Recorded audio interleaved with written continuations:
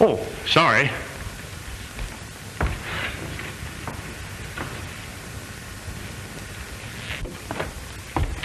Oh, I gotta see the chief. Oh, but this is important. Manelli won't mind, will you? No, he won't mind. Well, I thought I sent for Lieutenant. Well,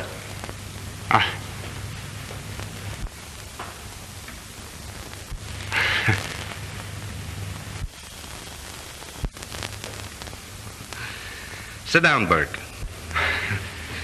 Thank you. What's on your mind? Maybe I can help you. Possibly it's about my daughter. Yes, Diana has promised to be my wife, and we want your consent. You have it.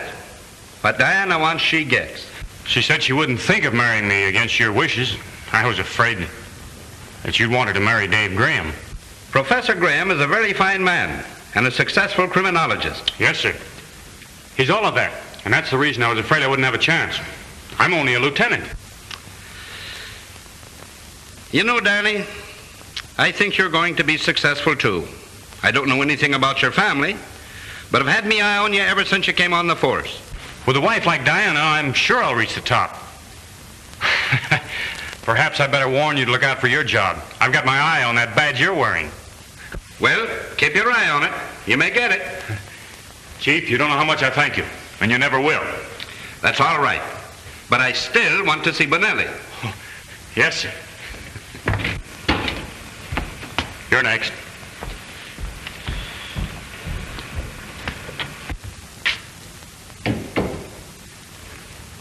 Good morning, Chief.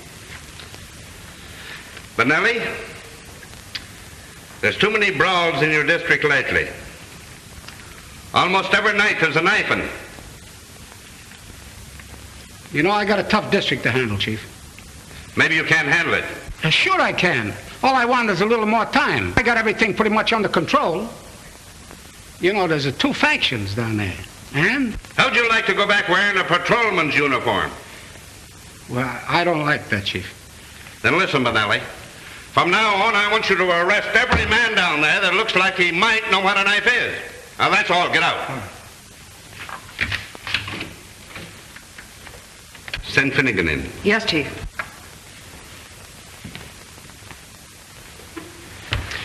Maybe you can hear better standing up. Finnegan, I've had my eyes on you for months. Politics is not going to keep any man's job on this force as long as I head it. Now I'm warning you, Finnegan. Keep your nose out of politics or I'll break you. I know what's running through your mind. You're thinking I won't be long on this job. Well, maybe not. But while I'm here, there'll be no interference from shyster lawyers or underworld bosses. Well, maybe I can give you some advice. I don't want your advice. Now get out of here.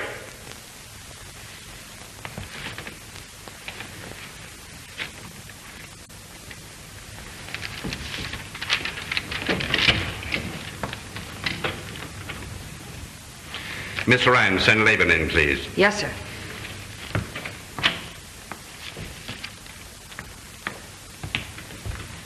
Levine? If you don't mind, Chief, it's Laban. Well, whatever it is, you've been heading the vice squad for some time, and I understand that you're building quite a pretentious home on the salary you draw. And the police commission is noticing it, too.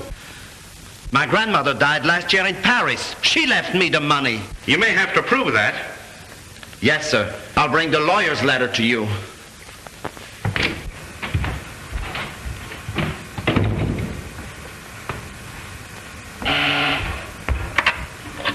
Yes, Chief. Get Captain Withers for me, please. Yes, sir. Captain Withers, you're next.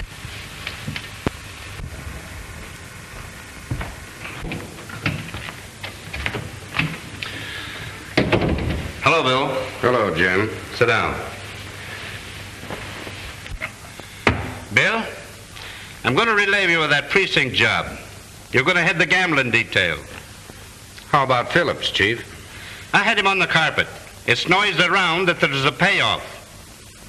Jim Phillips wouldn't take a dime of dishonest money. But this will break his heart. I have a lot of confidence in Phillips, but I don't want him to remain where he'll be framed by a bunch of crooked gamblers. Phillips won't understand. He'll think you're breaking him. He's sort of bitter at times. That's my worry. I can handle him. When he gets through, he'll have every man on the force down on him. Hey, Withers? I guess the chief knows what he's doing. Maybe you benefited by it. That's why you talk that way. Listen, Perkins. Officers who have done their duty don't have to be nervous about what the chief does. He's got the whole department boiling. There's a dozen fellows would like to be pallbearers at his funeral. Miss Ryan, will you come in, please?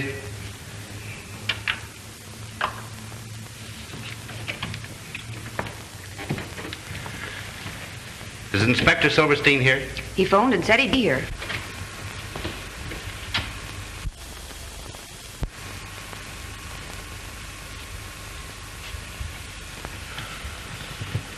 What is it, a shake-up? Shake up and down. As I was saying, Mary Ryan's got one of those red-hot Irish tempers. And as a policewoman, she packs a gun. If Sullivan thinks he can go gallivanting around with her daughter late at night and bring her in at all hours of the morning... Kathleen Ryan's the chief's secretary. And they...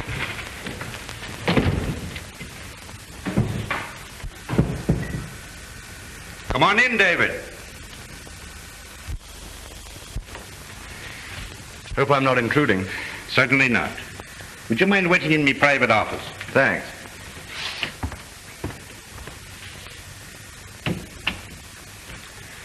Inspector Silverstein. Come here, please. You have been tried and found guilty of absenting yourself from your post out leave. Now, I'm warning you. If you should let this happen again, you will be severely punished. Well, you see, Chief, it was Rebecca's anniversary, and actually we had some people over for dinner, so Now, that all came out in the hearing. Take your place among the officers. Gentlemen, I am proud to say that we have one of the finest police forces in the country. I know it's not 100%, but I don't know of anything that is. I have seen fit to make some changes today for the benefit of the department in general and officers individually. Some of you may not like it. If not, I'm sorry. I want to congratulate you on having solved a large percentage of crime. Furthermore, I want you to make this town so hot for the crook that he'll find it an unhealthy place to nest in. Do your duty. And as long as I head this department, your jobs will be safe. That's all.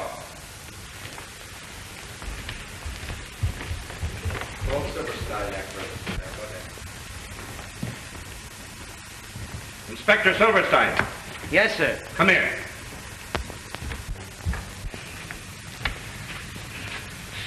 Tell Rebecca that I'm sore because she didn't invite me to her party. Also tell her that I'm dropping by some evening soon for gefilte fish and matzo balls. And some sweet and sour pickles and a nice piece of schmaltz, Harry. Keep your seat, David.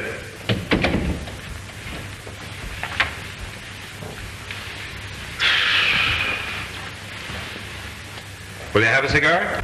No, thanks. I prefer my own. Here, try one. Thanks. Oh, you're still making them yourself, I see. Of course, my pet hobby. But then, you see, I come by it naturally. My father was a cigar maker. I learned the art when I was a kid, working in his factory.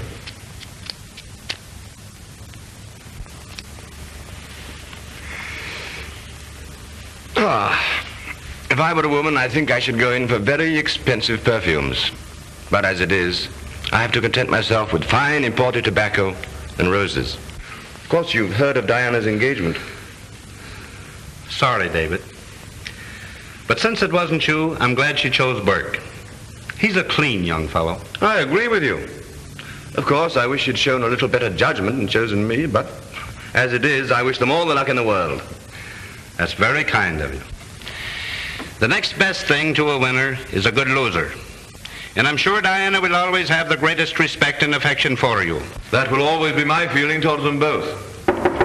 Come in. Dr. McNeil from the insurance company. I'll be going. No. That's quite all right. Send him in, please.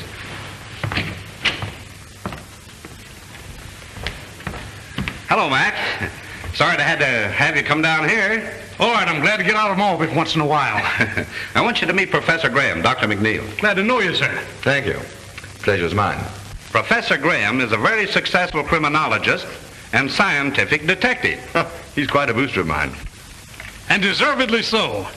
I've heard a lot about you, Professor. In fact, I've read of some of your marvelous crime solutions. Well, hasn't anybody a good word to say for my ability? From what I heard out in the hall, you rate pretty low as the chief. And from what I know of police, they like to do a lot of talking to other people, but they can't take it themselves. This is going to be fun. Come along, Doc. Let's operate. Huh? Thanks for the help, Professor. All right, sit down. And let's try the old pump. Hitting on 16 cylinders. I will try the blood pressure. There you are.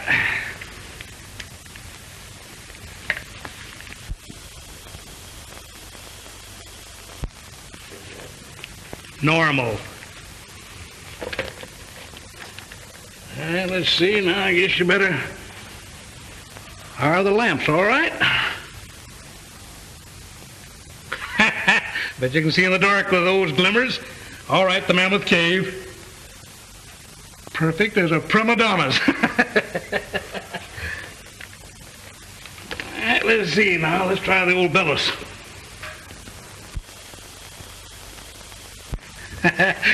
Good enough for a blacksmith's forge. You sure I'm not too good to live? I know. Those kind die young, Chief. You've passed that mark. Well, Chief Sullivan is very busy at present. Will you leave your name? Is it extremely important? Well, just a minute, please.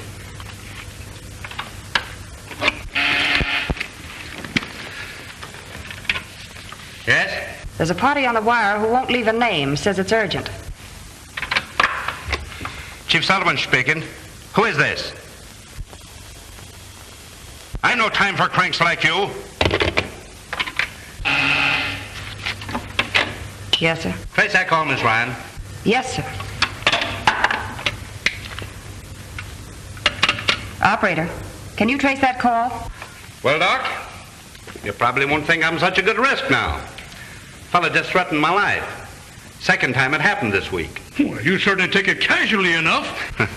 He'll probably follow it up with a threatening letter and then annoy somebody else.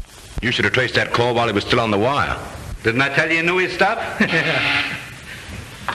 Yes? The man's hung up, and you know how many calls we have. All right, thanks, Miss Ryan.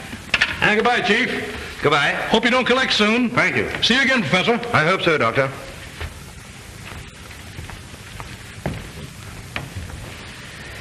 Say, Graham, what about giving us a lecture tomorrow? Tomorrow? I have a pretty full day and a dinner engagement. What about midnight? Do you think the men can stand it? The kind of lecture I'll want, they'll like. What kind is that? Well, you see, we'll parade a number of criminal types in the show-up room. People you've never seen. Oh, yes. And I'm to guess their criminal records from their personal appearance. Is that the idea?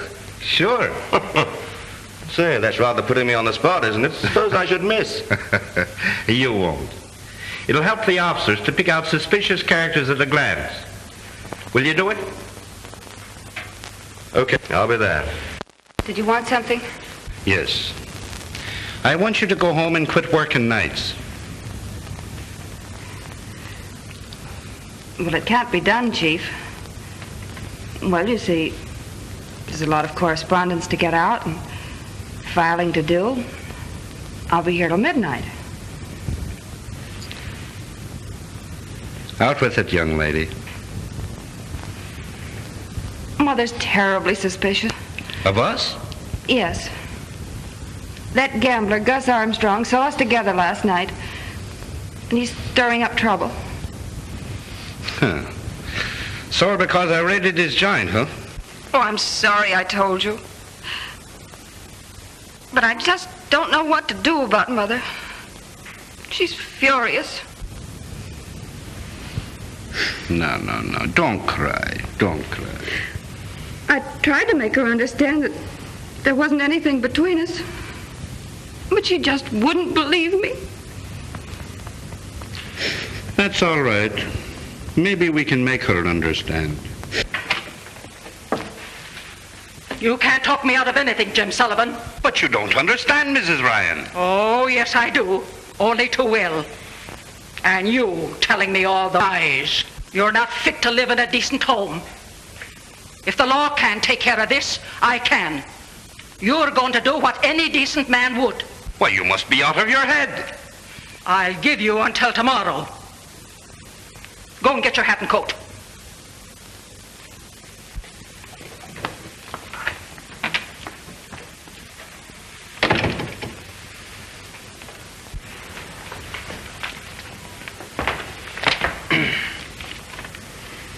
Calling car 71, car 71. Go to 22nd and St. Anne Street, 22nd and St. Anne Street, a barking dog.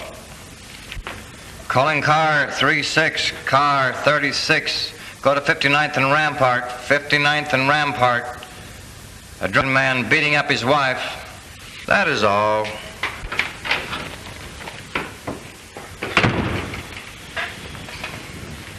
Hello, Dan. All right, Jones. What's doing? Oh, just enough to interrupt a good story. Barking dogs, crowing roosters, fainting woman, 3 prowlers, guys beating up themselves, half a dozen drunks, and cat up a phone pole and won't come down. Oh, but that looks funny. What looks funny? Half a dozen drunks and a cat up a phone pole. Must be a polecat. Oh, you're pulling something on me, huh? Here's something interesting. Calling car 22, car 26, car 31, car 47. Disregard all other calls. Go to 72nd and D Street, 72nd and Weaver Street. Bank holdup. Bank holdup.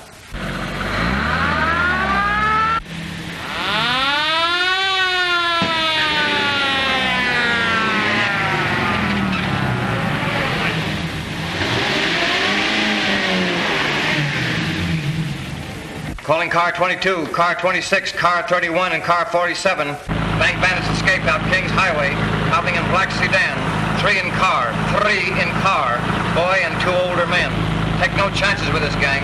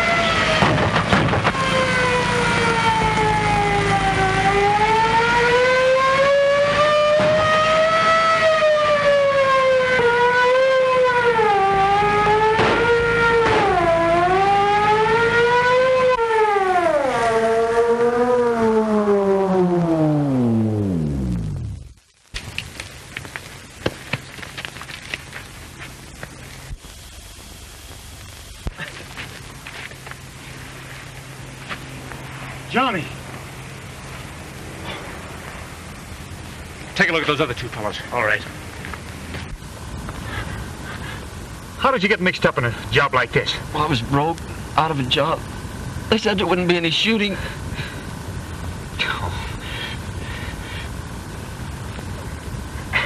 Thanks, Denny. You should have come to me. I don't want to go to prison. They might even hang me. They can't do that, Johnny. Well, those 2 won't do any more hold-ups. Listen, go call an ambulance, quick. All right, I will. I feel kind of funny. Kind of like I was floating. Here, now, take it easy, kid. The ambulance will be here in a minute. They'll fix you up. I feel pretty good now. It's all right. Everything will be all right.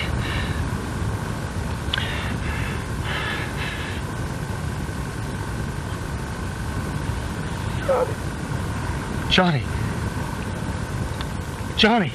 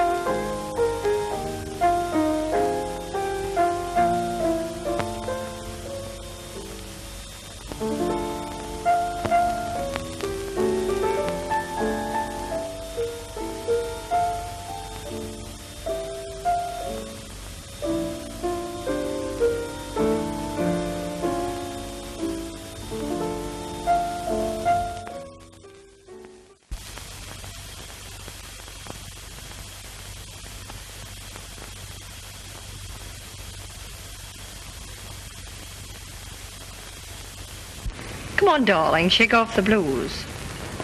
You know, you're an engaged man. Diana, I went through something today that doesn't make me feel exactly cheerful. A young fellow was trapped with a bunch of crooks. He was shot and killed. I understand how you feel, darling. He was only a kid. Told me it was his first job, that he was broke. You know, I'm glad you feel that way, even about that kind of a boy, but you'll get over it, won't you? Well, it's late. I must be going. That's Father.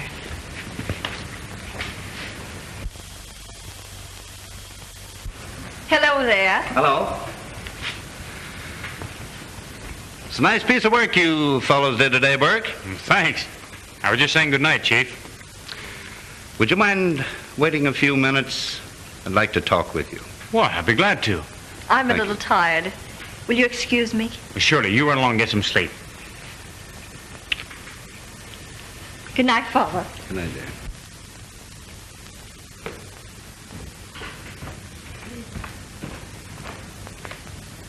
Oh, Dan, will you look in the morning papers? I gave them the announcement of our engagement.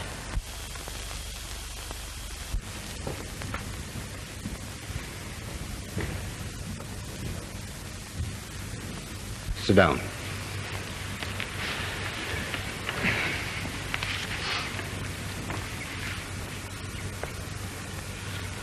Read that.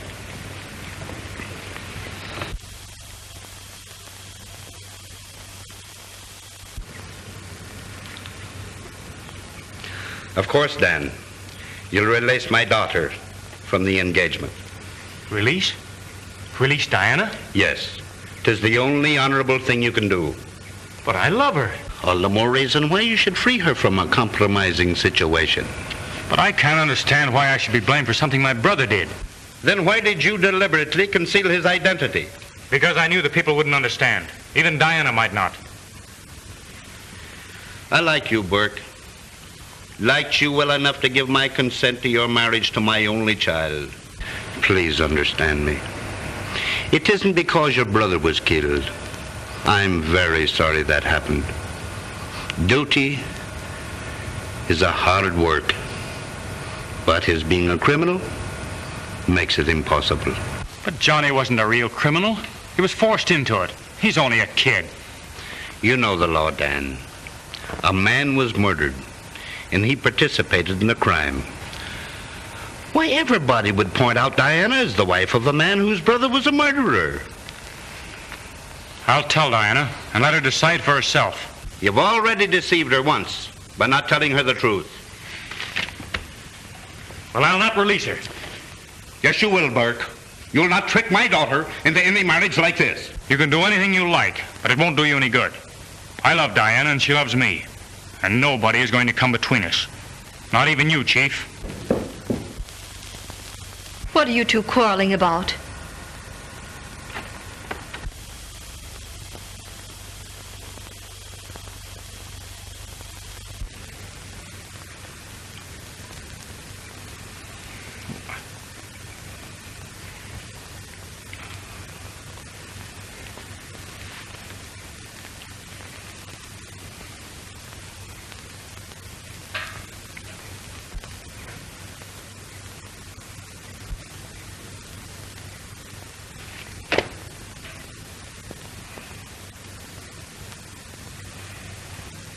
Your father is asking me to release you from our engagement. Diana, you'll be fair. You love me, darling. I don't know what to say. Please let me think things over. I tell you, Burke, you'll never marry her as long as I'm alive.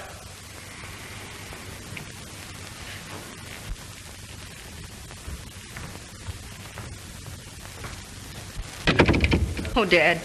Dad, please be reasonable. Let me work things out in my own way. I don't want you to marry into a family with a criminal record. It isn't that, Dad. What hurts me is that the man I love tried to deceive me before our marriage. Diana, why don't you pack up and take a little trip somewhere? Bermuda, Miami, or anywhere. No, darling, I think I'll just go out for a little ride, and don't you wait up for me. It's not safe for you to ride around this time of night. That's not very complimentary to your department's efficiency, is it? You're not going to see Dan Burke? No. No, I'm not. And that's a promise. All right. Good night, dear.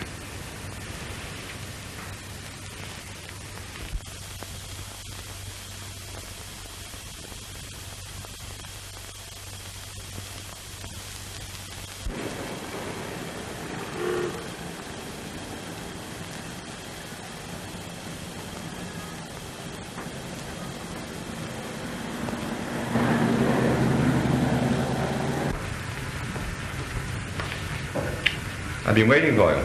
Expecting me? Doesn't it look like it?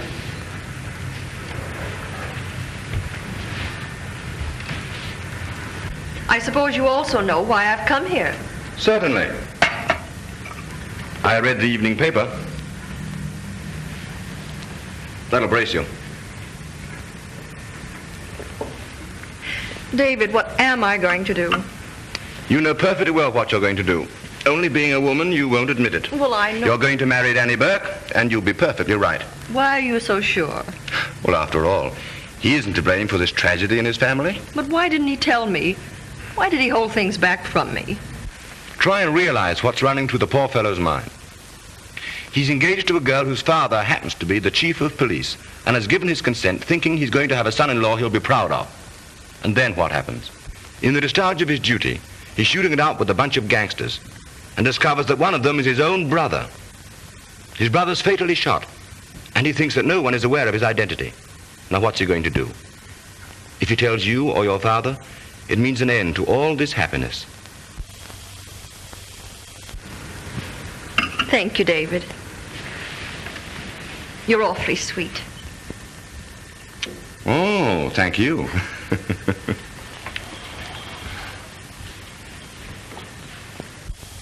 You know, as a matter of fact, all this explanation business was entirely unnecessary. What do you mean? You would have made the same decision through the proverbial intuition of your sex. Good night. Good night, dear.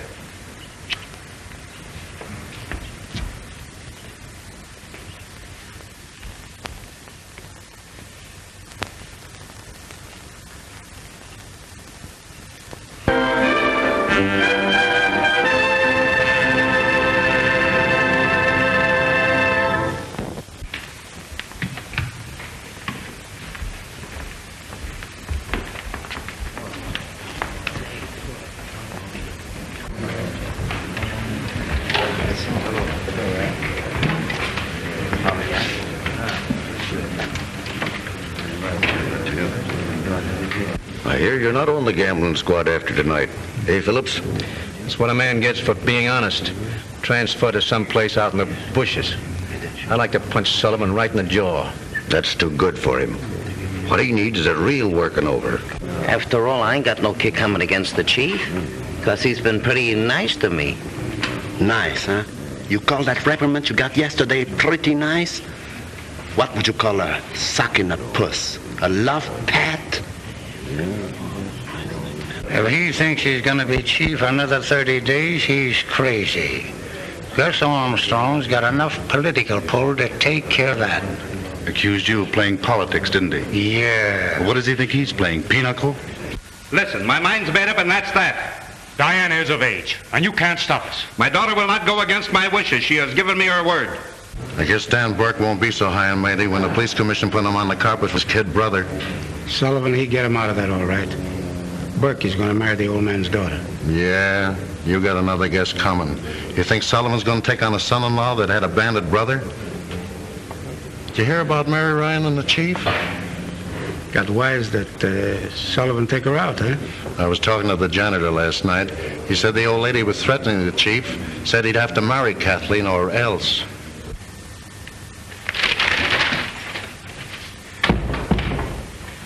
Hello, Miss Ryan. How do you do, Miss Sullivan? Is my father busy? Lieutenant Burke is with him.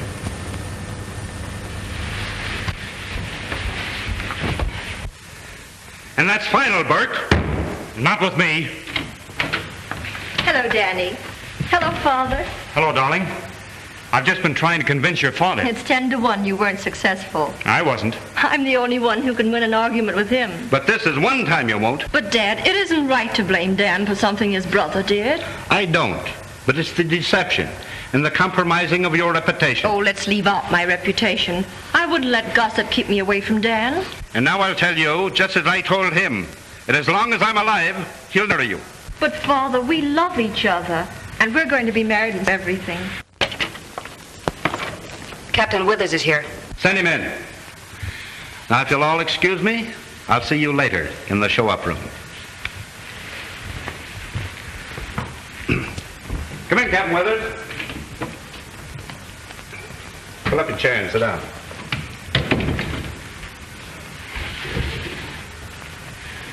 You saw the newspaper stories? Yes, Chief. I want you to tip me off if Burke and Diana try to get a marriage license. Diana's hard-headed and self-willed. And Burke has indirectly threatened me if I interfere with his marriage plans. Okay, Chief. Anything else? Yes. Something very confidential. The gambling interests are out to get me. Yeah? You know Gus Armstrong. Yeah. He's passed the word to Mary Ryan that everything isn't on the level between Kathleen and me. And the old lady's up in arms. Fire the kid and prefer charges against the old lady if she squawks. Just what they'd want me to do. Play right into their hands. That's the setup that knocked over our former district attorney. What are you going to do about it? That's your job, Bill. Just what is there between you and Kathleen? I'm very fond of the girl, but not to the point of marrying. But she thinks she's desperately in love. Armstrong has all the details, huh? Yeah. Mary Ryan actually threatened you? If I didn't marry her daughter. Besides Burke and the Ryan woman, I've had numerous threats by phone.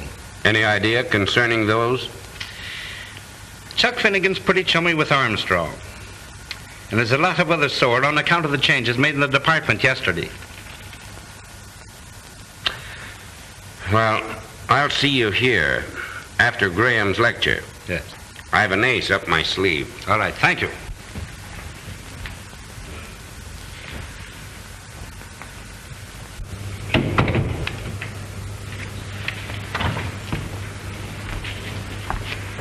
Do you mind if I hear Professor Graham tonight? You better go home, Kathleen. It's late. But I have to wait for Mother. All right. But be careful. I will, Chief.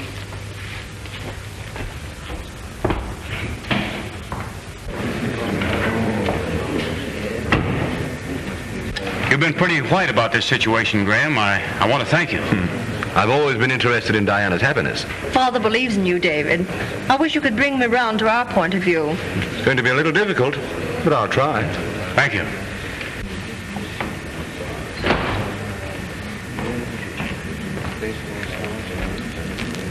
Professor Graham, would you mind sitting over here next to Chief?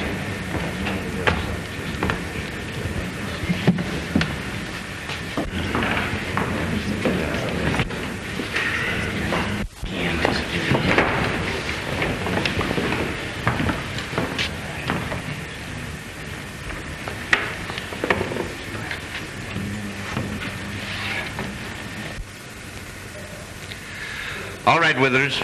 Introduce Professor Graham. Okay, Chief.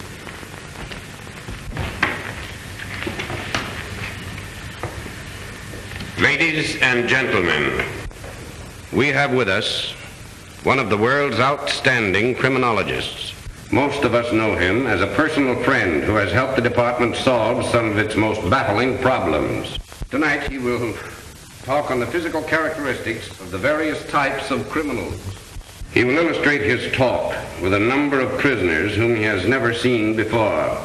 As the prisoners are paraded by him, he will classify them by their physical characteristics. We shall see whether the deductions agree with our records. Ladies and gentlemen, Professor David Graham.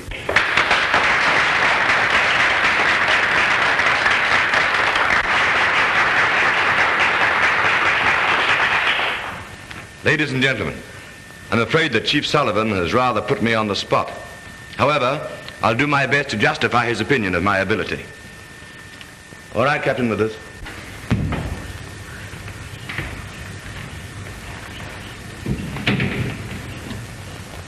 Duped into crime. Charge. Arrested on suspicion of theft. Record. Served 2 years in state reformatory. 18 months in the Good Shepherd Home for the feeble-minded. Oh, come on, come on. Had his mind been alert, he would never have attempted violence at such an inopportune moment.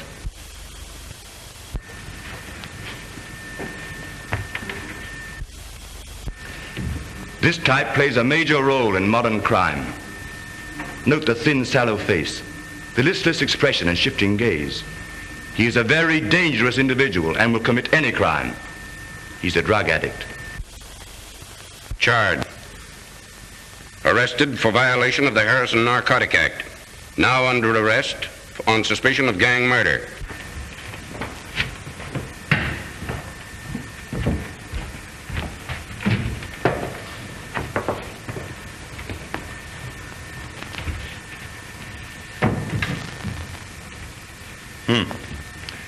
The larger girl is aggressive.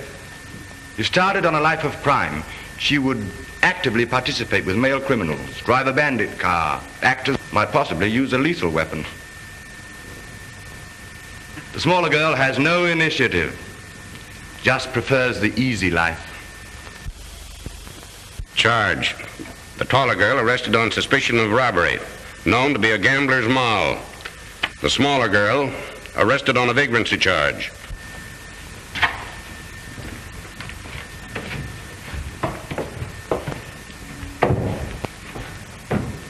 He's a very dangerous criminal. Specializes in widows and orphans. Always has a safe investment. Yes, safe for him. Popularly known as a con man.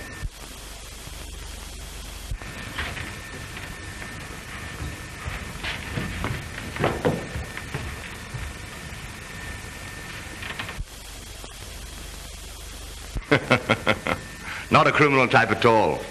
I wouldn't mind having a dinner date with her. That is, if she'd accept the date. Maybe you'd better introduce us first, Captain Withers.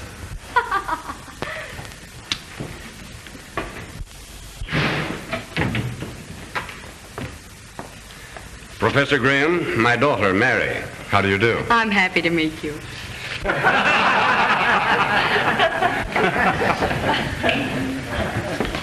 Well, was your dad in on this deal to baffle science? No, it was my own idea, wasn't it, Father? Come on, darling, wake up. The show's over. A very interesting lecture. You seem to have lulled the chief to sleep beautifully.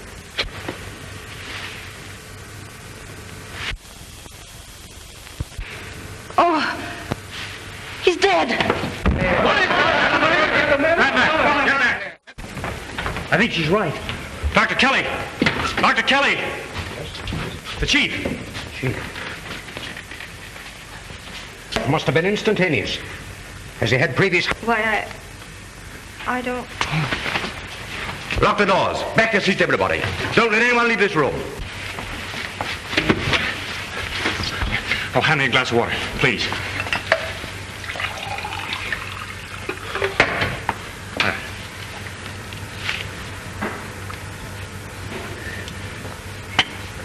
Thanks. Are you all right, Diana? Yes, I'm all right. Oh, come, dear. This man has been murdered, and the killer's right here in this room.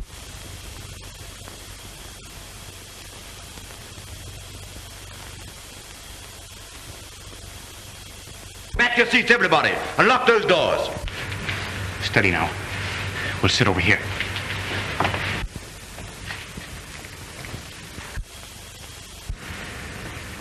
Looks like a plain case of heart attack. That's what it's supposed to look like, Doctor. But I happened to be in Sullivan's office last night when Dr. McNeil examined him and pronounced his heart perfectly normal. Captain Withers, do you know of anyone here who might have wanted a thing like this to happen?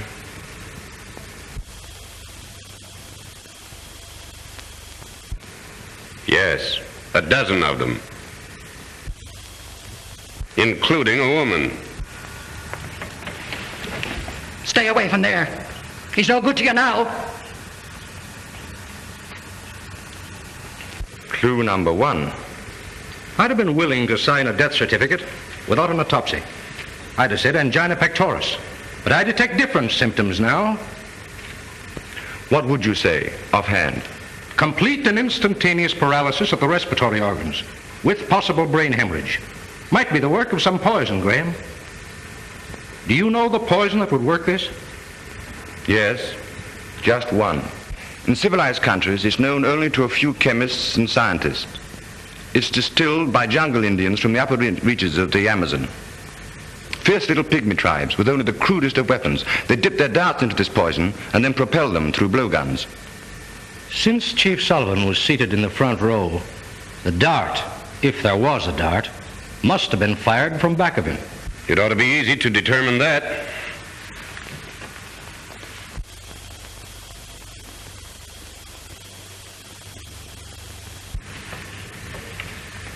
It's here, all right. An ordinary sewing needle. Oh, be careful, Doctor. The point may still be deadly. How would you say it was injected? By hand? No. I should say blown through a tube. What sort of a tube? Oh, any small type. Possibly a cigarette holder. What would you suggest? That a preliminary autopsy be performed immediately. After that, a person-by-person search for the instrument of death. Then, a thorough investigation into the motive of the crime. I will ask Lieutenant Burke to stand by with Professor Graham and myself. And I want everybody in this room to watch the persons next to them in case the killer tries to dispose of the weapon. Then one by one, I'm going to call you to come up here and empty all your belongings on the table.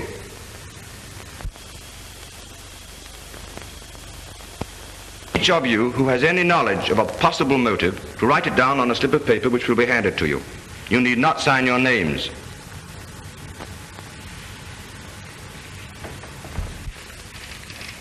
The other side,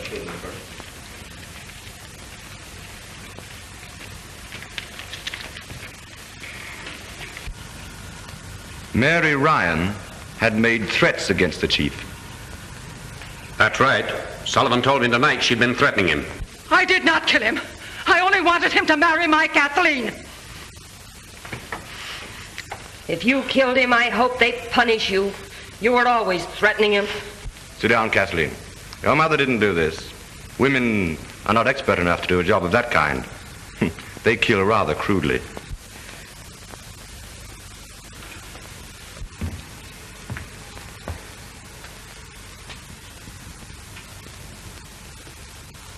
Captain Perkins, you were overheard saying that you would like to be a pallbearer at the chief's funeral. Is that so? Maybe I did say it. What of it? I was sitting right here by Phillips, wasn't I? Yes, right here by me. Graham! Graham! Listen! The needle in Sullivan's back didn't kill him. He was already dead when it struck him. How do you know that? The wound didn't bleed. Circulation had stopped. The slayer was not directly behind the chief. I can show you just exactly how it was done. Get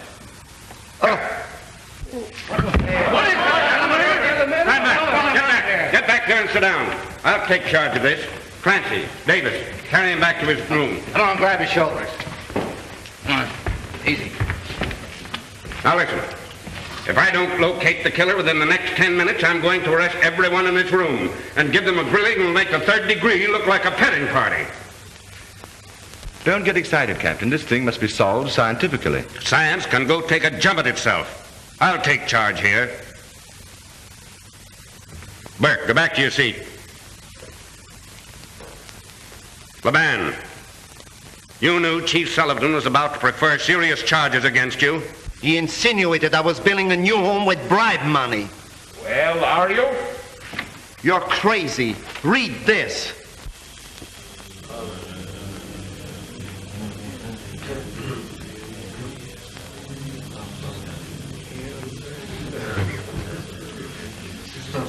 I told the chief I'd bring a letter to prove that I inherited the money.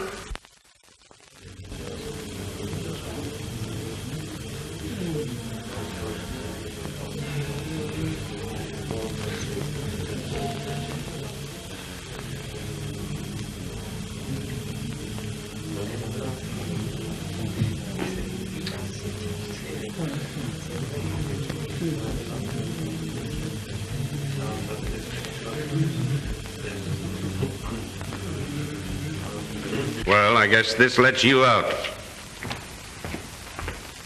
You've got to help me, Diana. You've got to be brave and see this thing through. There's a light switch over there. When I signal you, pull it. But I'm afraid somebody else will be killed when I turn the lights out. Trust me, honey.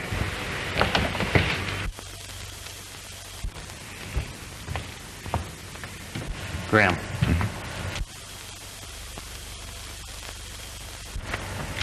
I've got the tube the needle was shot from.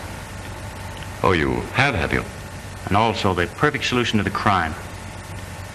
So have I. All right, take him with us. There's your man. What? Burke, you're under arrest. Oh, just a minute. Turn on those lights. Turn on those lights. Turn on those lights. Someone has killed Burke. Danny! Danny! Get back. Get back. Stay back where you belong. Danny! Listen, Diana. He killed your father. He killed him because he was opposed to your marriage.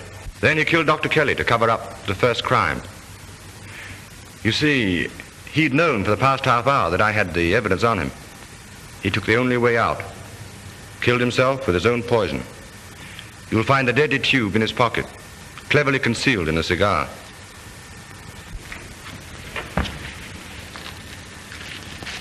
It must be one of these.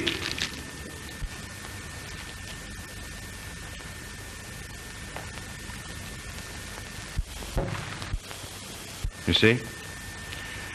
Well, I don't think you need much more evidence. You might as well dismiss the others.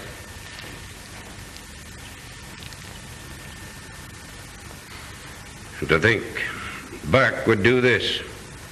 Clear case of heredity. He was a criminal by instinct, just like his half-brother, Johnny.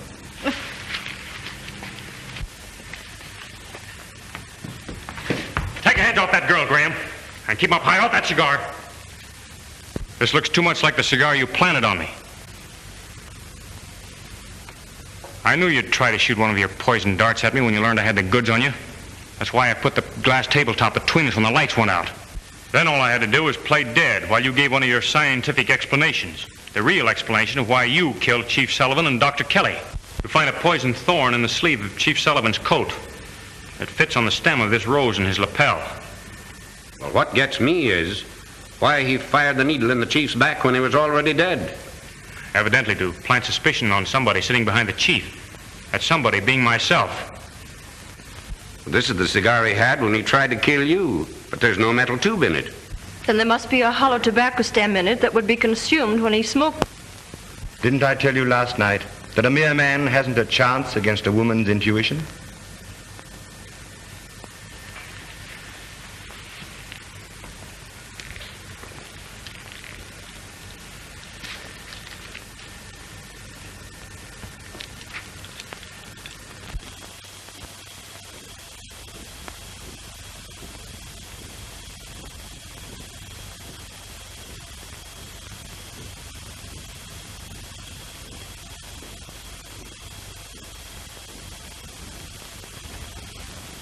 months ago, who would have thought the world could be beautiful again, Mr. Burke? It can't help being beautiful with you in it, Mrs. Burke. Oh, Ouch! the spread isn't spread yet, old dear. Well, I guess I'm too lovesick to eat anyway. I'll remind you of that tonight when you have an old-fashioned tummy ache from gobbling up more than your share.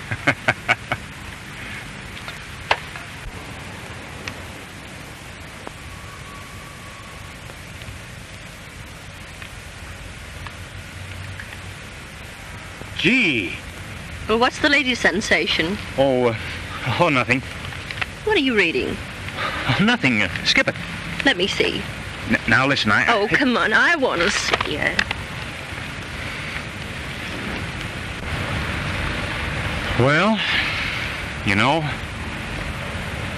it's far better that way. It's a curious thing. Terrible as his crime was, somehow I never wanted him executed. Maybe it's because I can't forget his good side. His gentleness. His sympathy. Oh, Dan, why did he have to do it? Well, only a few days ago, we discovered his diary, in which he diagnosed his own case. Everything he jotted down showed the great mental crisis he was going through. There were many notations about a certain girl that he couldn't bear to lose.